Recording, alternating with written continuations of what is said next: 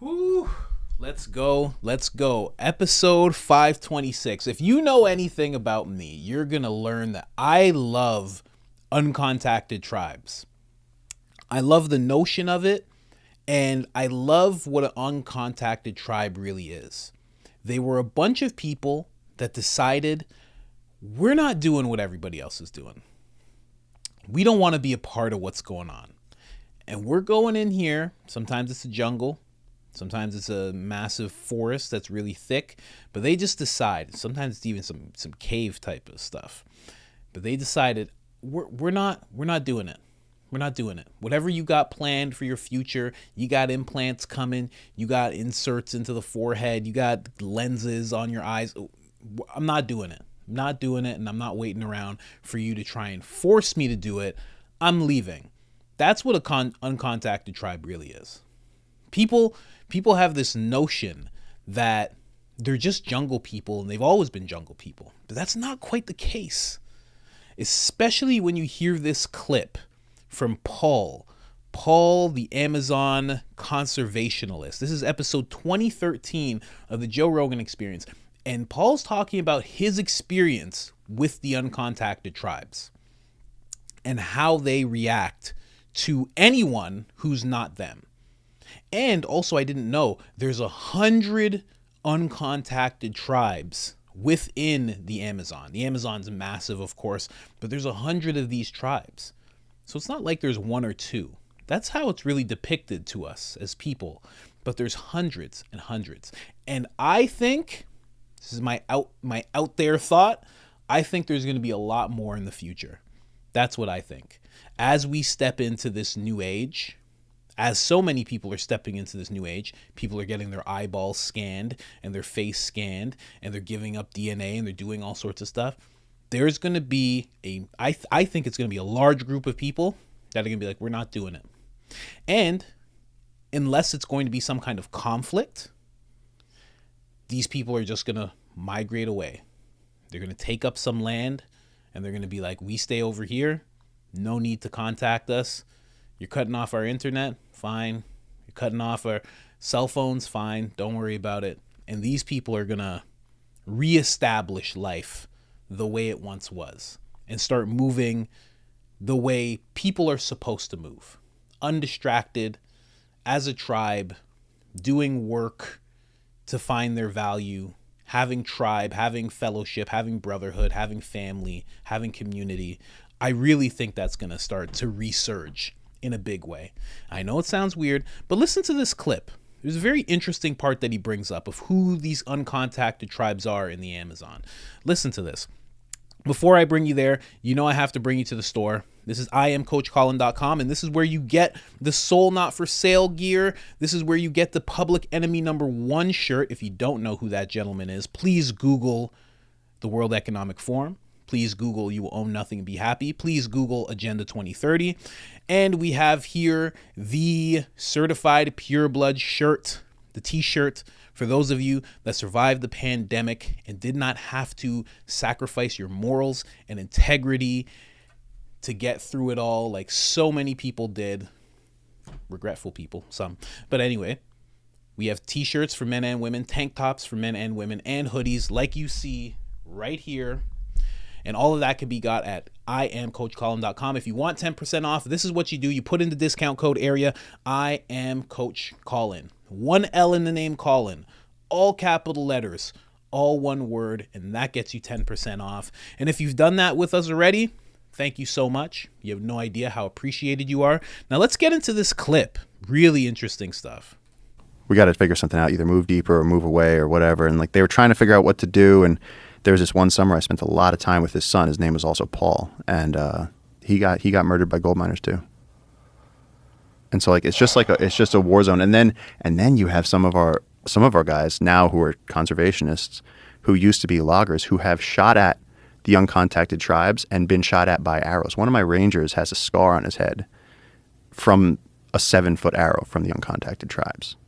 There's a picture of that too. I think it says uncontacted Ignacio. 7-foot arrow. Yeah, so they use the river cane, and then they take bamboo, and they get an incredible edge on the bamboo, and it's like they temper it over the fire. So the river cane doesn't weigh anything. So they make these monster arrows, and they can actually like nail a spider monkey out of the trees from like 40 meters. Really? Yeah. So check this out. So this is one of my rangers, Ignacio. He's local, indigenous, and that's the scar on his head from the arrow. yeah, he was trying. So the Uncontacted came out, and That they looks were pretty fresh. You're gonna have a scar on your head. That's a good spot. That looks good. yeah. Someone's got a picture of it when it happened, but he was saying they were trying to push bananas because these people don't know. These people are out there and they're naked and they're in the jungle and they've been there for a few hundred years. And he was there and he was actually working for the Ministry of Culture, and he was like, let me try and be friendly. Let me try and like extend an olive branch. And so he was trying to push a boatload of bananas towards them. And the scariest thing was they didn't want anyone to understand them, and so they were actually speaking in Capuchin monkey calls. And he's out in the middle. He's brave, this guy, and he went out to the middle of the river and he pushed this thing, and he said he saw the arrow coming straight at his eyeball, and he just moved his head to the side, and it just gave him that, cut him right to the skull. Whoa. Yeah, there's that one, and then there should be one more where he's just looking right at us. But yeah, he's lucky. He's really lucky. He's got worse stories than that too.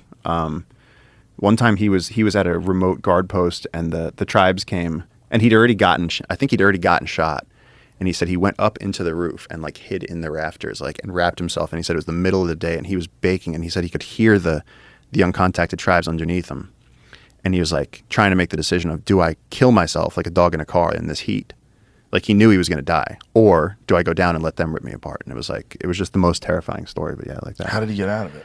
He waited it out. I mean, he'd already been shot in the head, so he was like, I know what's going to happen if I go down there. Wow. Also, then everyone's going to come after me for calling them uncontacted. Apparently, that's an outdated term. Apparently, the correct parlance these days is voluntarily isolated indigenous nomadic persons. Let's stick with uncontacted. Can we just call them uncontacted? Oh, fuck you, man. Fuck you for making me remember all that shit. It's so silly. Yeah. Uncontacted is not a pejorative. No, it's just, and then people are like, well, they technically have contact if they shot your friend. And I'm like, yeah, well, Sort of. I guess. Peripheral. Sure. It's got to be horrifying for them, right? I mean, if they've been there for thousands and thousands of years living like that, and then slowly but surely they see this encroachment of machines, and how much they understand of this Western culture that's infringing upon them. It's weird because these guys, they don't have boats. And so like they don't have like the wheel, like all these like simple inventions, like they don't work with metal. And so I believe that the current theory says now that basically these people were living extremely isolated around the time of the Industrial Revolution. They were already very remote. And then when you had the demand for rubber, the Amazon was the only place that you could get rubber. And Henry Ford found out when he did Fordlandia, you can't make a plantation out of rubber. It'll get leaf blight and die. So the only way to get rubber was to start a full-scale genocide where they sent down these rubber barons that beat and whipped the native people and sent them out into the jungle to go collect rubber from the rubber trees for gaskets and hoses and everything that we needed. These are the people that fought. These are the people that remained unconquered, stayed back further in the deepest parts of the forest. And so you think these people's grandparents must tell them that those outsiders will set you on fire. They will skin you alive. If you see one of them, kill it before it kills you. So they must be just running scared. Wow. It is really fascinating that there's still people living essentially the exact same way they were living thousands and thousands of years ago. Yeah. They have a couple of machetes that they stole off some friends of mine. Like they sacked this village one time and they took pots and machetes. They killed all the animals. Yeah, they're very strange to deal with. Like there was a guy who had started leaving them like bananas, and then he left them like a shirt. He would just very carefully, because they can't speak. They don't speak Spanish. They don't even speak like Piro, like, or anything like. Or Yine is the dialect that we deal with on our river, and they murdered him too. And like he was friends with them for a few years, and no one has an explanation. I just spoke to a eminent anthropologist about this. I was like, what was the reason for that? And he's like, no one knows. So he had made some sort of contact with them, and was he had regular giving contact. them things. And yeah. Was he in contact physically with them? I think like he would be in the same space. Like he could have spoken to them if he could speak to them. This episode is brought to you by Carvana. Put a smile. But I think it was sort of like I leave you this, and then I back up, and then they would come forward, and then it would be like this very, very careful exchange, and that went on for a few years, and then everyone was like, oh, there's this guy. And he's been able to develop this. It was special. It wasn't in any way. It wasn't like a bravado thing. It was like he was actually trying to be like, can we make friends with these people? Can we make a relationship here? Maybe bring them in. Maybe do they want to come in? Are they scared? Do they need help? Maybe we could just help them with some stuff. And then they found him with 7-foot arrows in him. So yeah, And no explanation. No one knows. no explanation. So yeah, Well, I can think of an explanation. They don't want to be a part of that society. If you don't want to be a part of someone's society, you're gonna you're not gonna allow them to infiltrate your tribe. It's just the way it goes, right? I love it. And the funny thing that this guy said, he goes, they must just be running scared. But he's also talking about them like they're boogeymen. So it doesn't sound like they're running scared. It sounds like they're standing tall. That's what it sounds like to me. I don't know. That's just me. Sounds like they know exactly what's going on and they're holding their own pretty well. Like one of your Rangers has a scar like that on his face, and they're operating with bamboo sticks, and they're basically naked. Sounds like they're doing pretty well, But the thing that he said, notice what he said. When the Industrial Revolution started, they were the ones that fought. And you know what it instantly makes me think of? The way Klaus Schwab right now talks about the fourth Industrial Revolution. And I believe that's what he calls it. I think he even wrote a book on it. There was the Industrial Revolution. Then there was the third one, which was the internet and digital. And then the fourth one, he is claiming that is going to be somewhat of like a transhuman type of thing. Not gender specific, but merging with machine, which also comes with higher surveillance, less privacy, a lot more control over people's actions, being able to track people, like not surveillance wise, but track people's emotions, what they're thinking, in order to like expose them to a greater algorithm than even that we have today. Somebody referenced that the algorithm in this fourth industrial revolution will be able to track people to the extent of their sexual preference. They'll be able to see what they are on the scale because they leave it up to a whole spectrum. You'll be able to tell like, oh, send this guy ads with guys in it because he doesn't realize it, but it's just a bunch of craziness. But picture how many people don't want to go along with the implants and the merging and the Neuralink and all these things. What's going to happen? I don't know. I've talked about it before. It's either none of that happens, which they're all pushing so hard for it to happen, or there's a break-off civilization of people who are just like, we're not doing this. And they go deep into the deepest forest that the United States has to offer. They go deep into the forests that Canada has to offer, into the giant national parks. South America, they have the jungles. Africa, they have the jungles. In Europe, they have deep forests. Asia, they have jungles. And like a lot of these people are just going to break off and go into those places and go as deep as they can. It sounds crazy, but also it's already happened, right? He was talking about these native people who saw the Industrial Revolution happening and fought and then went deeper into the jungle to get away from it all, to get away from what was happening so they didn't have to be a part of it. It's already happened. We just never talk about it. We just call them uncontacted people like they're just Tarzan. They're not. They were people that were living out in the open, and they slowly pushed further and further back to stay away from what we have in the West and throughout the world in terms of technology. What's growing? I don't know. Might happen again. It's very interesting. And then also to think of how quickly they react. Exactly what he said. Their grandparents must have gave them the knowledge of like, hey, stay away from these people. If you see these people, like, you have to hide, you have to run, you have to fight, like, no other options. It just makes me really wonder what's going to happen. The year's 2032,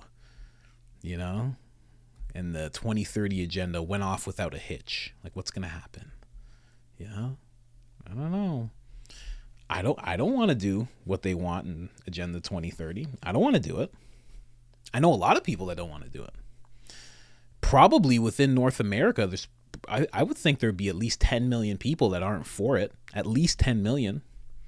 What happens with those 10 million? It's either the worst of the worst, which is, a lot of those people are, pass away through force, or they break away through force. It makes me think whenever I think about uncontacted people.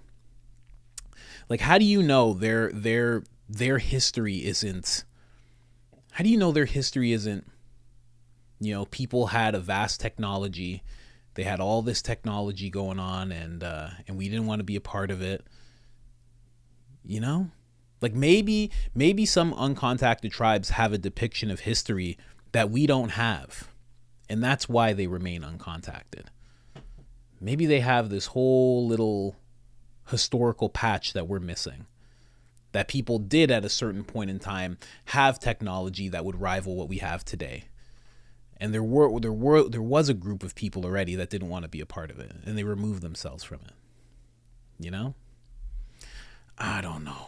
It makes me think, but it's really cool to hear the stories about uncontacted tribes and the type of, it's not cool to hear the violence, but it's cool to hear them standing up for themselves and really making a bunch of Westerners like run for the hills. That is pretty cool.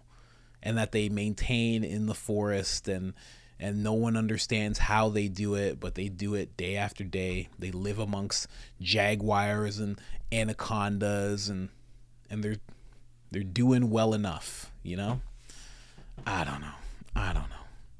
But what do you think? What would you do if it did come to the point where the implants are here and they're just like, listen, everybody has to have one. It's for your safety. Everybody has to do Neuralink because we have to send you, updates on information. Everybody has to have the same level of information. It's actually for equality. That's why we're doing it. And everybody just has to have this implant. You can remove it later on if you want. What are you doing? You doing it, or are you going to look into other options? I don't know. I just keep thinking about that. Anyways, like the video if you haven't already. Subscribe if you haven't already. And other than that, I am out. Uncontacted tribes. Maybe. I'm not even going to get into it. I have so much. I'm going to do an episode with my wife. We're going to break it down some more. I'm out.